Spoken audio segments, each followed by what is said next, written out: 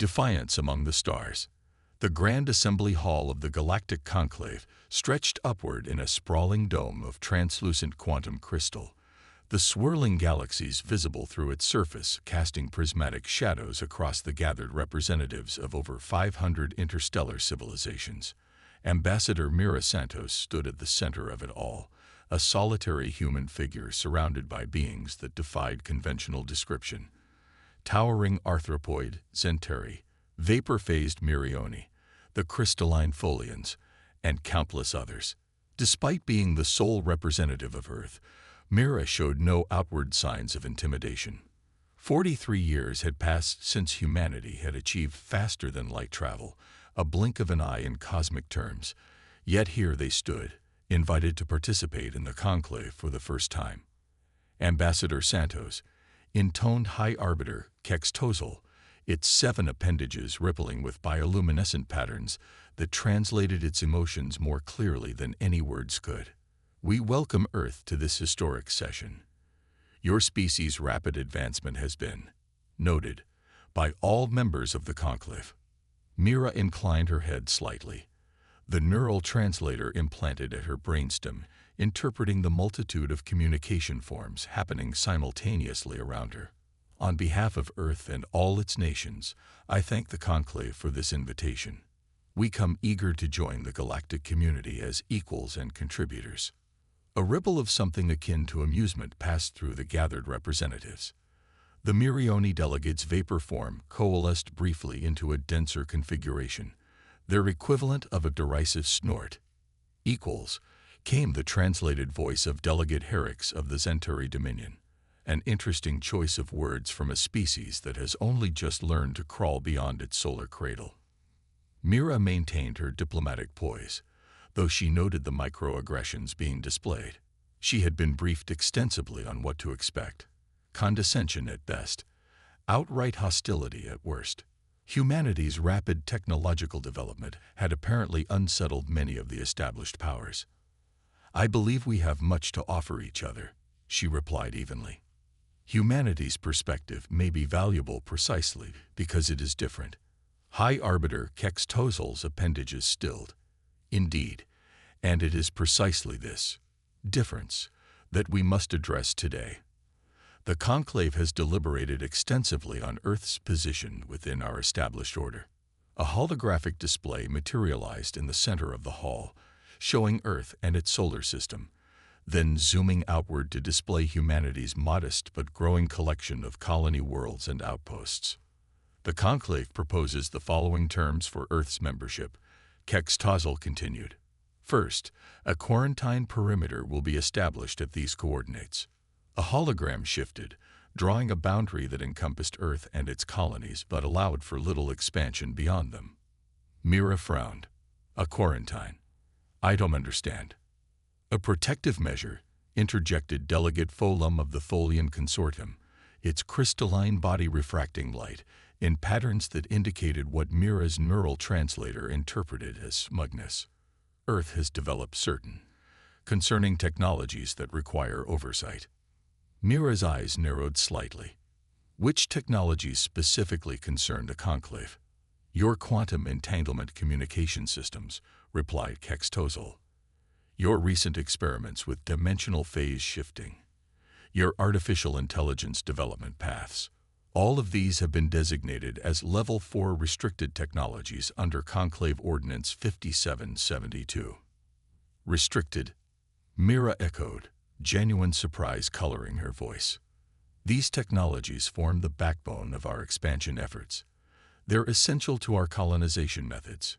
Precisely, said Herix. The rate of human expansion is unsustainable within the existing framework of conclave territories. The proposed quarantine will allow for appropriate monitoring and gradual integration. Mira looked around the hall, suddenly aware of a shift in the atmosphere. This wasn't a welcoming ceremony. It was an intervention. The conclave hadn't invited Earth to join as equals. They'd summoned humanity to be contained. And what happens if Earth rejects these terms? She asked, her voice carrying clearly through the vast chamber. The question seemed to surprise many of the delegates. Kextozil's appendages stiffened. Rejection is not an anticipated response, the High Arbiter stated. These terms are standard for emerging species. All present civilizations have accepted similar restrictions during their developmental periods. Mira tapped her neural implant, accessing the secure quantum-linked database that connected her to Earth's diplomatic archives. Within seconds, she had reviewed the preliminary treaties Earth had negotiated with individual species, none of which had mentioned these restrictions. "And how long do these developmental periods typically last?" she asked. Delegate Fulham's crystalline structure vibrated slightly. "It varies. For some species, as little as 500 cycles. For others, several thousand." "Cycles?" Mira pressed. "In Earth years. A cycle is approximately equivalent to 37 of your Earth years," provided Kextozol. "The minimum developmental period would be roughly 18,000 Earth years." Mira couldn't suppress her shock. 18,000 years of technological stagnation. "Not stagnation," corrected Herix. "Guided development. The Conclave would provide approved technologies as deemed appropriate." Mira fell silent, processing this information. Behind her diplomatic facade, her mind raced. The briefings hadn't prepared her for this. Earth had assumed the Conclave functioned as a coalition of equals, a galactic United Nations of sorts. Instead, it appeared to be a hierarchical system designed to control and limit emerging civilizations. "I would like to confer with my government before proceeding," she said finally. "Unfortunately, that is not possible," replied Kextozol. "As per Conclave protocol, invited representatives must accept or reject terms during the same session. This prevents outside influence on Conclave proceedings." Mira recognized the trap. They had deliberately isolated her from Earth, expecting her to capitulate rather than make such a momentous decision alone. They had underestimated humanity's preparation for exactly this scenario. She straightened, squaring her shoulders. "In that case, I am authorized to provide Earth's response now." The gathered delegates leaned forward in anticipation, their various sensory organs focused intently on the human. "Earth rejects these terms in their entirety," she declared, her voice unwavering. The hall erupted in a cacophony of sounds, movements, and electromagnetic emissions as hundreds of species reacted simultaneously. Kextozol's appendages whipped about in agitation. "Silence," the High Arbiter commanded, and gradually the tumult subsided. "Ambassador Santos, perhaps you misunderstand the gravity of this situation. The quarantine is not merely a recommendation. It is a security measure that will be implemented with or without Earth's consent." Mira's expression hardened. "Then you should know that Earth has already anticipated this possibility." "Elaborate," demanded Herix. "For the past decade, Earth has been developing countermeasures against potential alien quarantine technologies," Mira explained. "We have established hidden colonies beyond your proposed boundary. We have seeded self-replicating communication relays throughout this sector. And most importantly, we have shared our technological developments with several non-conclave species who found our open approach to knowledge exchange refreshing." The chamber fell silent, a tension building that even the neural translator couldn't fully interpret. "You have violated conclave directives before even joining." Fulham's crystalline form had darkened to a deep, angry red.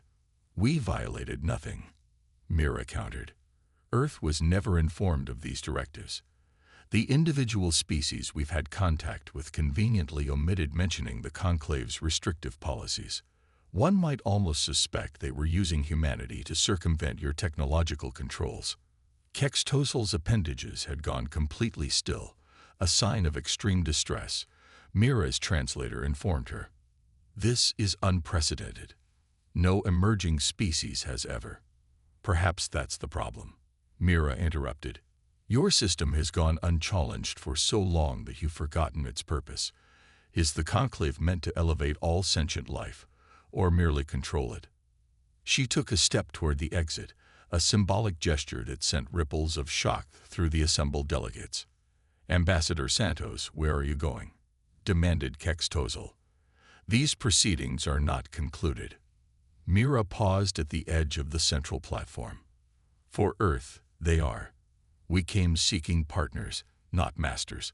We will not surrender our autonomy, our innovation, or our future to become another docile member of your controlled hierarchy. This is not how things are done. Herix's translator barely kept up with the rapid-fire clicks and whistles of the Zentary's agitation. Then perhaps, Mira replied calmly, "It's time for things to change." With that, she turned and walked purposefully toward the grand exit, her footsteps echoing in the stunned silence of the hall. Behind her, the conclave erupted into chaos as the implications of humanity's defiance began to sink in. As she passed through the massive doors, an aide rushed to her side. "Ambassador, what happened?" the young man asked urgently. The monitoring feeds went crazy. Mira maintained her composed exterior until they were safely inside the Earth delegation's secured chamber. Only then did she allow herself a shaky breath. "Contact Earth immediately," she ordered. "Tell them Phase Prometheus is in effect." Phase Prometheus. The aide's face went pale. "But that's the contingency for hostile first contact, yes." Mira nodded grimly. "It seems humanity's welcome to the galactic community isn't quite what we were led to believe." As the aide hurried to establish the quantum-encrypted communication link to Earth, Mira gazed out at the breathtaking vista of the conclave station, suspended against the backdrop of a glittering nebula. "They expected us to talk," she murmured to herself. "They never expected us to walk away." The human response. The secure conference room aboard the Earth diplomatic vessel Magellan hummed with tension. 12 hours had passed since Ambassador Mira Santos had walked out of the Galactic Conclave, and the repercussions were already being felt. Displayed on the main view screen was the image of United Earth President Adeyemi, his expression grave as he addressed the assembled diplomatic team. "Ambassador Santos," he began, "I've reviewed your full report. The Security Council agrees with your assessment and your decision to invoke Phase Prometheus." Mira nodded, the weight of responsibility settling heavily on her shoulders. "Thank you, Mr. President. What's the status of our contingency operations?" "All colony worlds have activated their cloaking systems," replied President Adeyemi. "Our deep space outposts have gone dark according to protocol, and the Artemis fleet has dispersed to their designated fallback positions.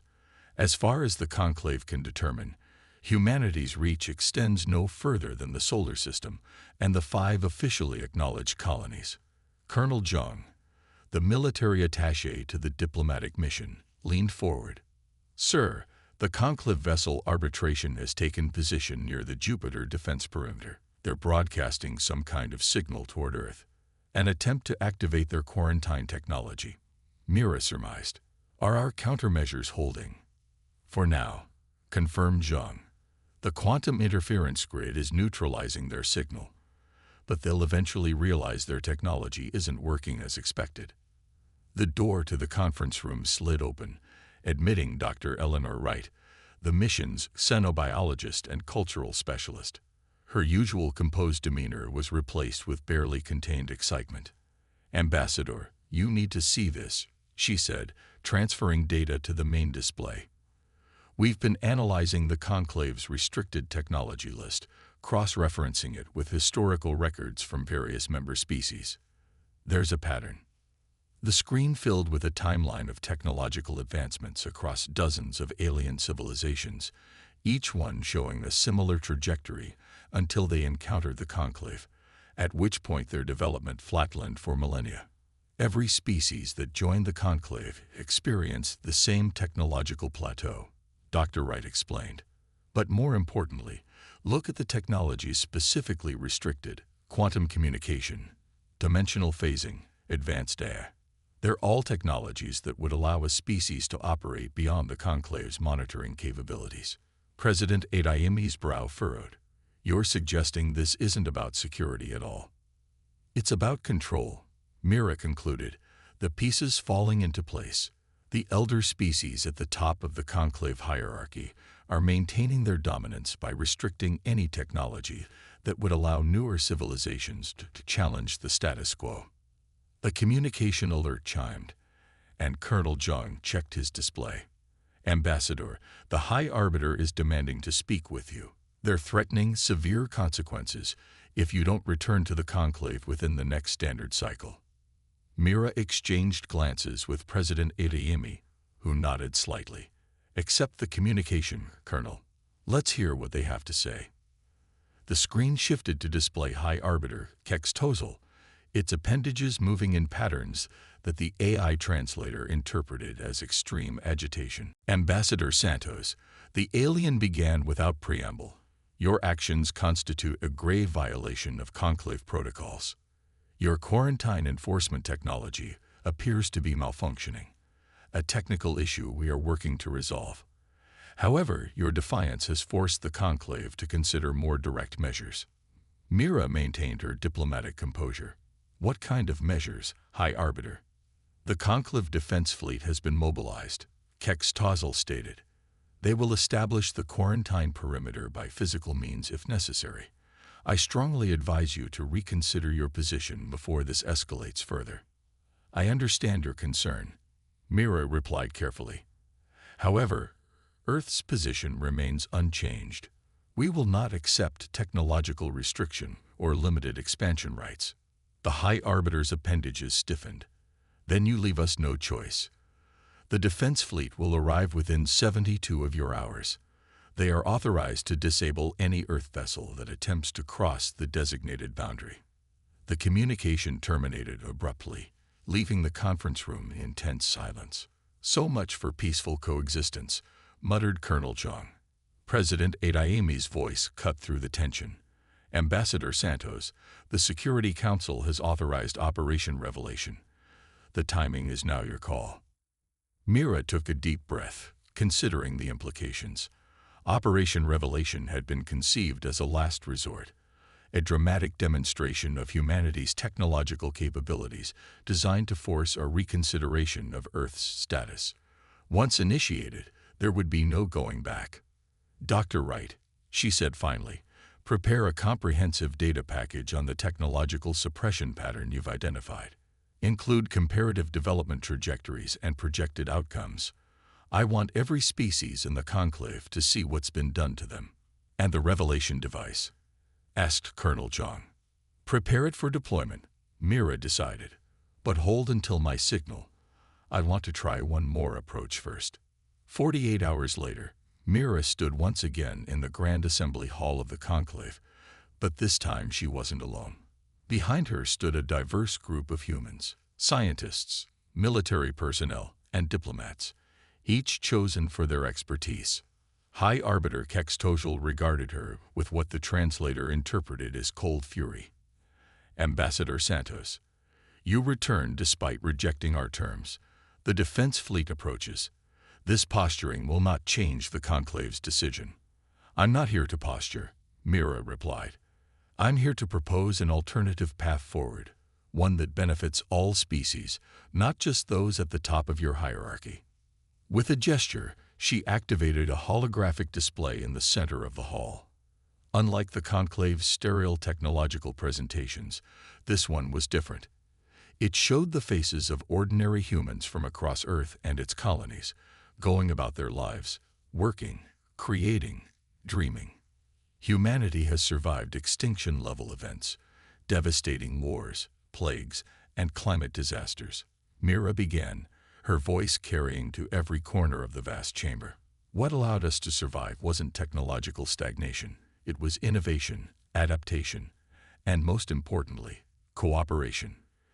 The hologram shifted to display Dr. Wright's analysis of technological suppression across conclave member species. Murmurs spread through the assembly as representatives began to realize the implications. For millennia, the conclave has maintained peace through control, Mira continued. The elder species at the top of your hierarchy have convinced you all that technological restrictions are necessary for security. But the data tells a different story. Delegate Herricks rose from his position. This is propaganda. The human attempts to sow discord among the conclave. Is it propaganda to show you your own history? Mira challenged. Every species here has had its potential limited, its growth stunted, all in the name of guided development. She turned to address the entire assembly. Humanity refuses to accept these limitations not out of arrogance, but because we believe in a different model, one where knowledge is shared, not hoarded, where advancement serves all, not just the privileged few. High Arbiter Kextozel's appendages lashed in fury. Enough. Guards, remove the Earth delegation immediately. As security drones moved toward the human group, Colonel Zhang stepped forward, activating a small device. Instantly, the drones froze in midair, their systems completely unresponsive. A wave of shock passed through the assembly. What is this technology? Demanded Folum, the Tholian representative. A simple quantum field disruptor, explained Zhang calmly. One of many technologies we've developed that your restricted list would have prohibited. Mira raised her hand, and Zhang deactivated the device, allowing the drones to resume function, though they remained in place, seemingly confused. We didn't come to threaten, Mira assured the assembly. We came to demonstrate what's possible when innovation is embraced rather than feared. She nodded to another member of her team, who activated a different device. Above the hall, the quantum crystal dome suddenly cleared completely, revealing the stars with unprecedented clarity. But more strikingly, visible to all, was a massive Earth vessel that had been hovering directly above the conclave station, completely undetected by their security systems. The Prometheus, Mira introduced, equipped with dimensional phase technology that renders it invisible to conventional detection. It has been here since before I first arrived at the conclave. The hall erupted in a mixture of fear, outrage, and astonishment.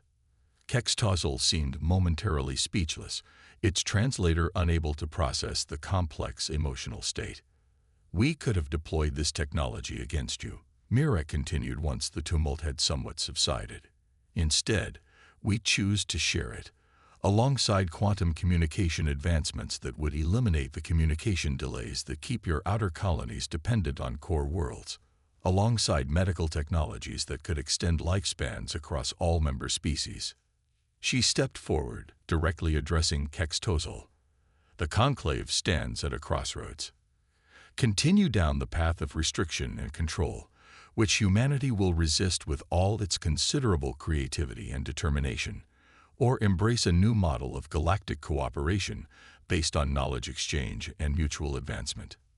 For long moments, silence reigned in the hall as the implications sank in. Finally, a representative of the Mirioni shifted their vapor form into a communication pattern. The human makes a compelling argument, the translated voice acknowledged. The data regarding our technological suppression disturbs us. We have accepted these restrictions for millennia without questioning their necessity. Other representatives began to voice similar sentiments, creating a growing murmur of discussion throughout the chamber. Kextozel's appendages moved in increasingly erratic patterns as it attempted to regain control of the proceedings. Order. The conclave has maintained peace for 50,000 cycles.